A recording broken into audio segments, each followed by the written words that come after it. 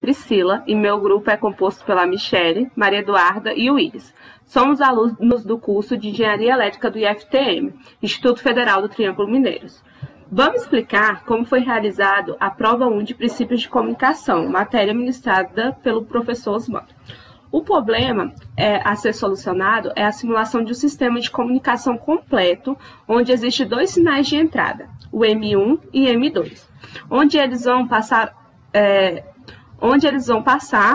por uma portadora X1 e X2, que irá modular os sinais. A partir da modulação com a portadora, vai gerar um terceiro sinal que será somado de S1 e S2 e fazer a recuperação desse sinal, aplicando dois filtros, onde se recupera o sinal de saída Y1 e Y2 a partir da demodulação desses sinais. Lembrando que o M1 e o M2 eles foram truncados em 0,3 segundos. Aqui no diagrama, podemos observar que vai entrar o sinal M1 e M2, eles vão fazer a modulação com X1 e sair S1 e S2. Aqui, S1 e S2. E aqui vai somar o sinal S3 e passar pelo filtro e sair S2, S1 chapéu e S2 e depois demodular. Na nossa prova, nós colocamos essa modulação, essa demodulação aqui, onde depois conversando com o professor, a gente observou que estava errado. Então, por isso que colocamos um X nessa modulação, porque o correto seria o sinal S3 entrar diretamente nos dois filtros, H1 e H2, e sair S1 e S2 chapéu. E depois demodular o sinal, assim saindo Y1 e Y2. Bom, meu nome é Wilson, eu vou tentar explicar a questão 3 para vocês. Os valores de T0, N0 e TS foram definidos da seguinte forma. O T0 foi truncado em 0,3 segundos. E ele foi determinado escolhendo o N0, de acordo com os parâmetros de potência com base 2. Aqui está o T0, 0,3.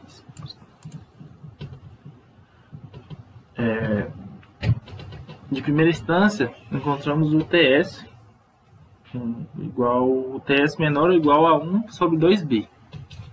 Assim, definimos que o TS é 1 sobre 6.826, ou 0,00146, que aqui está o TS. O TS seria o intervalo de amostragem. O N0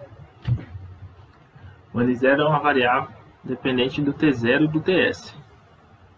Ele está truncado em 0,3 também. Temos que o N0 como próximo potência de base 2. Com isso, temos que o N0 é TS sobre T0, que dá um valor de 2,048. Aqui, ó. N0. E aqui os valores de frequência. A frequência 1 adotamos 1000 e a frequência 2 adotamos 2000. E é isso. Quando a gente realizar a implementação do código, a gente utilizou o MATLAB. Através do T0, TS, N0, F1 e F2, determinados anteriormente.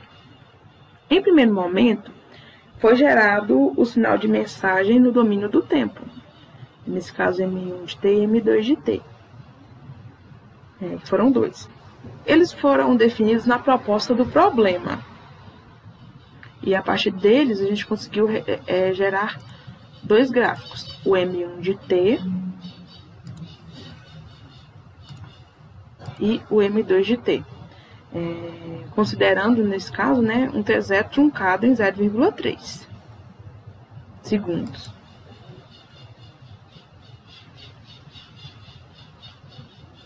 Depois foi realizada a plotagem do sinal no aspecto de frequência.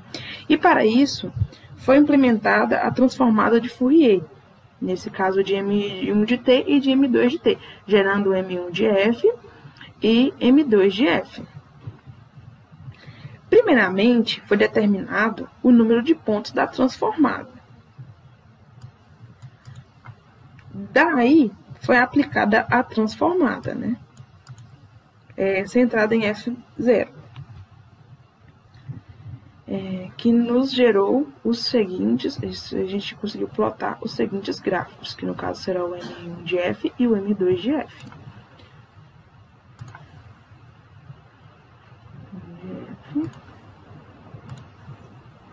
E M2 de F.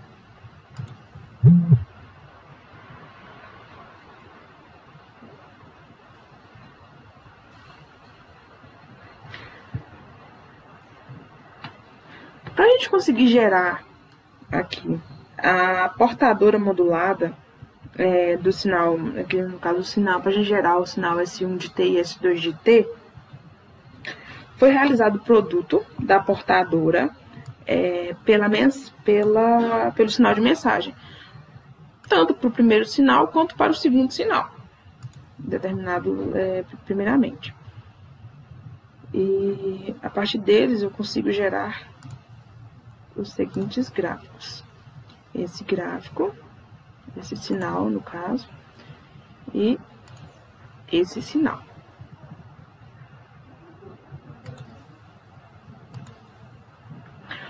Ao somar esses dois sinais, mostrados nos gráficos anteriores, nos dois gráficos que mostrei anteriormente, no caso, somando os dois sinais modulados, S1 e S2 de T, é obtido a multiplexação, né? Que pode ser observada através desse gráfico.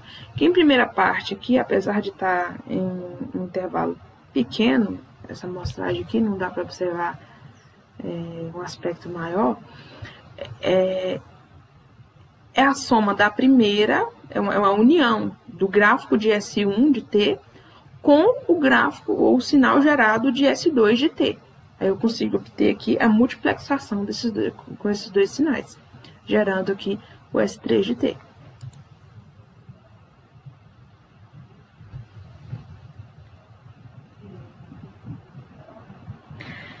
E a partir da transformada de Fourier de S1 e S2 de T, que eu mostrei anteriormente, foi plotado no aspecto de amplitude o sinal de S1 de T, S2 e S3 de T, em função da frequência.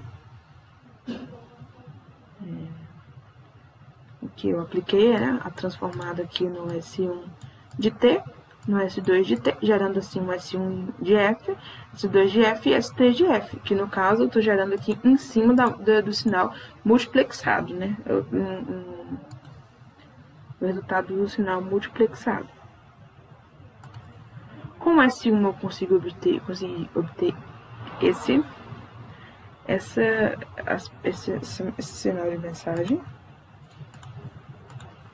E o S2, esse. Analisando esses dois que eu mostrei agora, é possível observar que quando eu ploto o S3 aqui, eu consigo visualizar os dois em um único sinal. Meus caros, tudo bom com vocês? Eu sou a Maria Eduarda e agora eu vou dar continuidade na explicação da resolução da prova pelo grupo 4.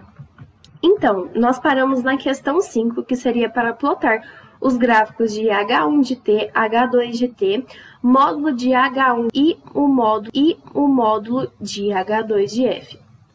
Nós não demos continuidade por termos tido dificuldades em realizar o filtro passa baixa e passa alta, que seria a soma deles, seria o resultado no filtro passa faixa, que seria a resolução da questão 5. Sendo assim, nós não realizamos também nem a questão 6, nem a questão 8 ou a questão 9. Mas já na questão 7, seria para explicar o processo de demodulação para recuperar o sinal de H1 de T, sendo a partir, né, do S1 de T e o Y2 de T a partir de S2 de T. Então, gente, esse processo de demodulação, ele acontece justamente para a gente conseguir recuperar esse sinal de mensagem. Ou seja, como que a gente conseguiria isso? Fazendo um circuito para sincronizar a fase da portadora local juntamente com a fase da portadora usada na modulação do filtro passa-baixa, que seria da questão 5. Esse processo de demodulação nesses sinais digitais é justamente para conseguir determinar se o pulso está presente ou então ausente. Ou seja, o ruído do canal ele não tem influência, certo? Mas esse ruído pode ocasionar alguns erros nas decisões.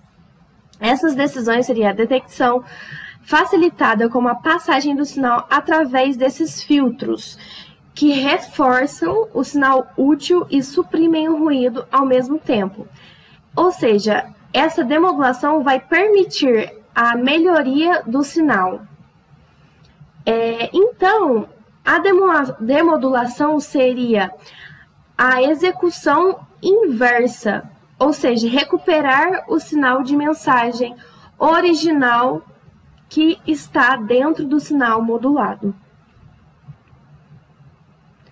Bom, gente, basicamente seria isso. A questão 8 e a questão 9, como eu disse, nós não fizemos por ter parado na questão 5. Agradecemos vocês por assistirem o vídeo até o final e qualquer dúvida é só vocês escreverem nos comentários ou então vir falar conosco. Muito obrigada, até mais.